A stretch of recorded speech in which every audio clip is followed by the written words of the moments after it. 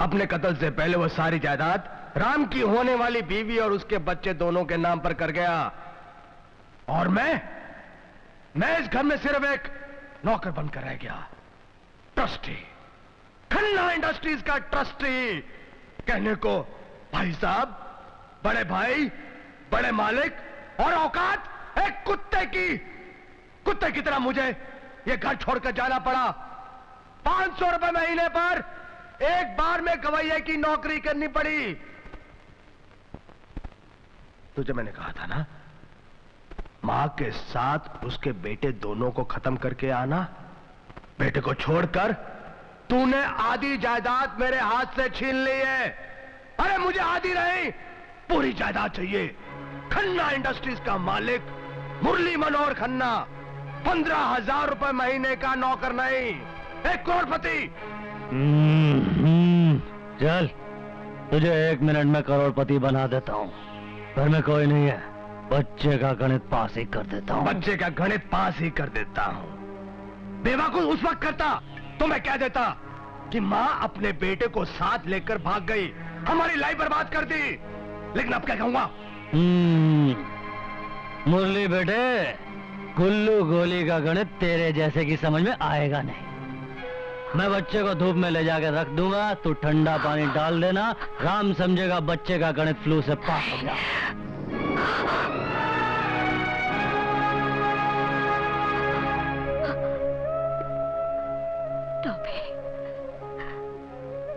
अगर तुम ना होते तो मेरा बबलू टॉबी, आज तक मैं यही समझ रही थी कि भैया भाभी बहुत अच्छे हैं, लेकिन अब पता चला कि वो लोग कितने खुदगर्ज हैं। मेरे बबलू को भी नहीं छोड़ा, मेरे बबलू को मार डाला चाहते हैं।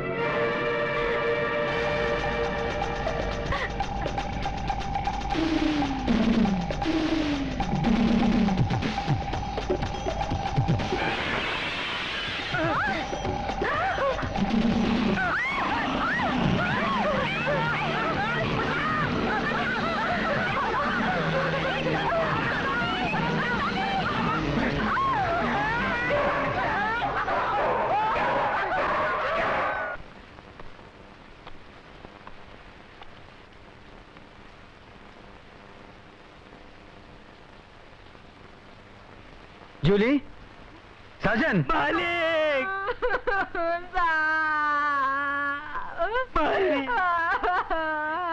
अरे क्या हुआ?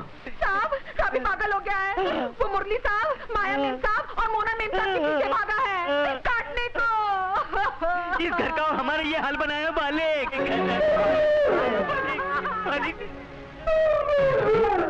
क्या हो गया तुझे?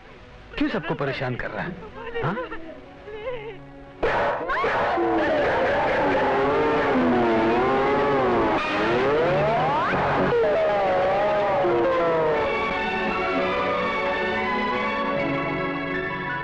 लगता है इसकी हालत भी मेरी तरह हो गई है।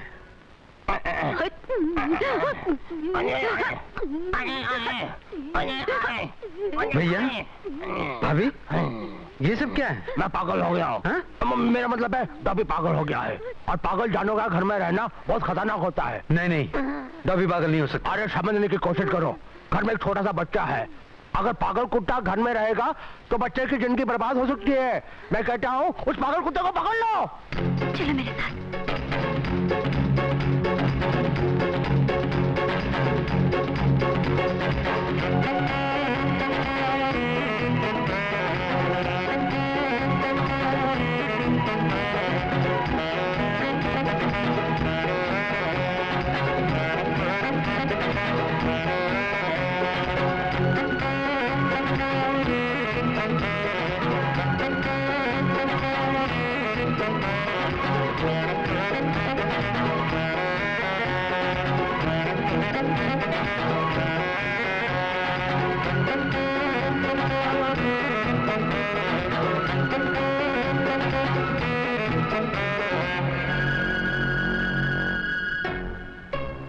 डबे चुप जा।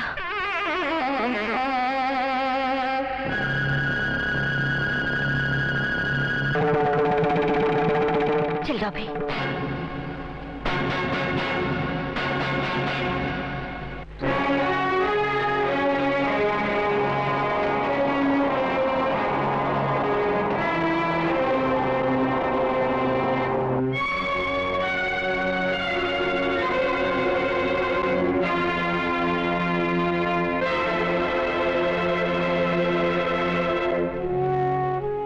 डॉबे, उस जालिम ने मुझे यही दफनाया था। तू जल्दी जाके बबलू के पापा को लेके आ, ताकि उन्हें असलियत मालूम पड़ जाए। जाओ, जल्दी जाओ।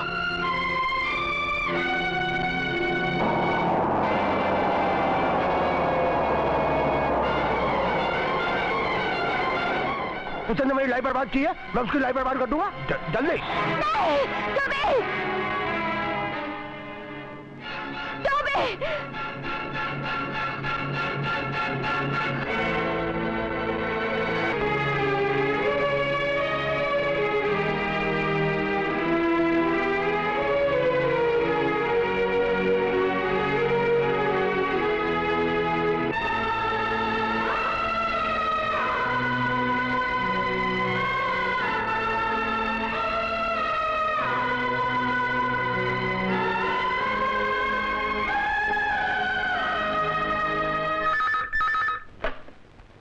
हेलो जी, मैं कमिश्नर बोल रहा हूँ।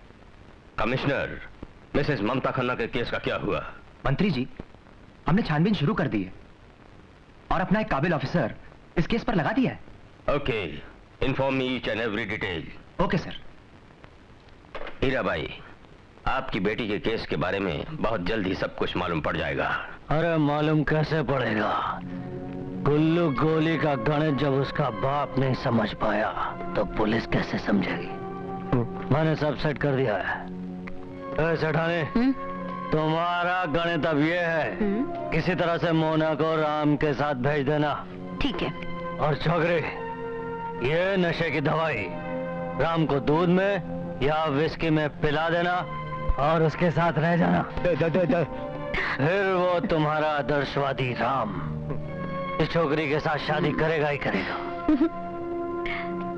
बाद में हम लोग बच्चे का गणित भी पास कर देंगे।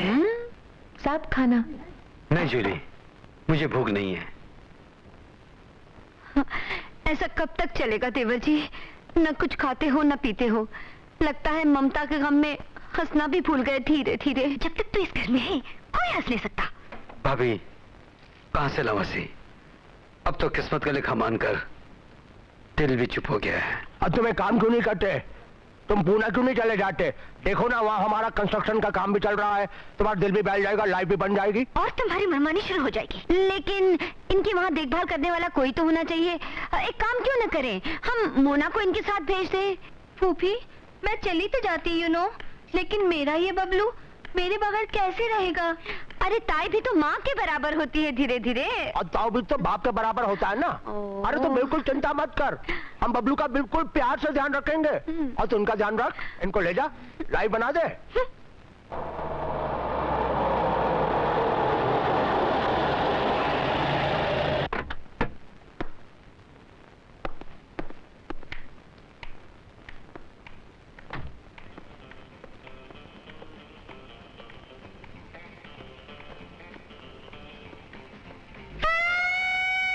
हाय मोना, माय डार्लिंग, मैं आ गया। Maybe 3 nights or 4 nights.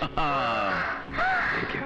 मुबारक, दिवाली मुबारक, घूमना मुबारक। मोना, मोना, ये मेरे चाचा जी हैं। चाचा जी? मैं इनके चाचा के भाई का बेटा हूँ। और आप? और ये मेरा मतलब है कि मेरे फूफी के देवर हैं। अच्छा, जैसे मैं चाचा का बेटा हूँ वैसे ही। बहुत खुशी हुई आपसे मिलकर। चाचा जी, लेकिन आप यहाँ? वो बहुत दिनों के तुम्हें अपनी गोद में खिलाया नहीं था, उसकी तमन्ना सताने लगी, तुम्हें उड़ के चला आया। वो क्या है, बचपन से चाचा जी मुझे बहुत चाहते हैं। हाँ, जैसे मजनू लैला को चाहता है, फरहाद शीरीन को चाहता है, रोमियो जूलियट को चाहता है, सलीम अनारकली को चाहता है। चाचा जी को मजाक करने की आदत है। लेकिन ये बहुत सीरियस मजाक है। देखिए चाचा जी, अभी सफर में हम लोग थक गए हैं, थोड़ी देर आराम करते हैं। 1 मिनट, आप जाके आराम कीजिए, इस भतीजे को चाचा के पास छोड़ दीजिए। लेकिन फूफी ने मुझे इन्हें संभालने के लिए भेजा है। मगर बड़े चाचा ने मुझे तुम्हें संभालने के लिए अरे भेजा है। चचा जान, अभी एक ही होटल में ठहरे हैं ना, बाद में मिलेंगे। चलते हैं। बताओ, उसको हाथ में लगा दी, हाथ में लगी चलेगी। इन मुर्गों ने हम सबकी लाइफ बना दी। तुम सब लोग की लाइफ तो तब बनेगी जब राम के बच्चे की लाइफ खत्म हो जाएगी धीरे धीरे। पर अजीब है यार, 12 घंटे हो गए ना उसे दूध दिया ना पानी, वो मरता ही नहीं स्कीम। अरे 12 घंटे में नहीं मरा तो 14 घंटे में मरेगा। पहले तो उसे कुत्ते ने बचाया, अब उसे यहाँ बचाने वाला कौन है? हमारी जगत माता, वह सारी दुनिया की माँ, तेरा सीना फट नहीं गया ये देखकर कि तेरे बनाई इस दुनिया में एक माँ इतनी मजबूर है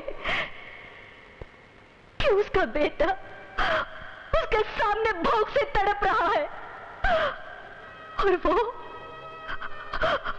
उसे बाहों में उठाकर अपने सीने से लगाकर उसे दूध भी नहीं पिला सकती। अरे तो क्या समझेगी एक माँ का दर्द? किसी को अपनी कोख से जन्म देकर जगत जननी बनती, माँ बनती तो मेरा दर्द समझती। याद रख, आज मेरे बेटे को कुछ हो गया तो दुनिया की कोई भी माँ तेरे मंदिर में माथे टेकने नहीं आएगी। कोई भी माँ अपने औलाद की लंबी उम्र के लिए हाथ नहीं फैलाएगी तेरे सामने, और कोई भी बेटा तेरे नाम के आगे माँ नहीं लगाएगा। सबकी रक्षा करने वाली माँ, मेरे बेटे की रक्षा कर, मेरे बेटे को बचा लो, मेरे बेटे को बचा लो, मेरे बेटे को बचा लो।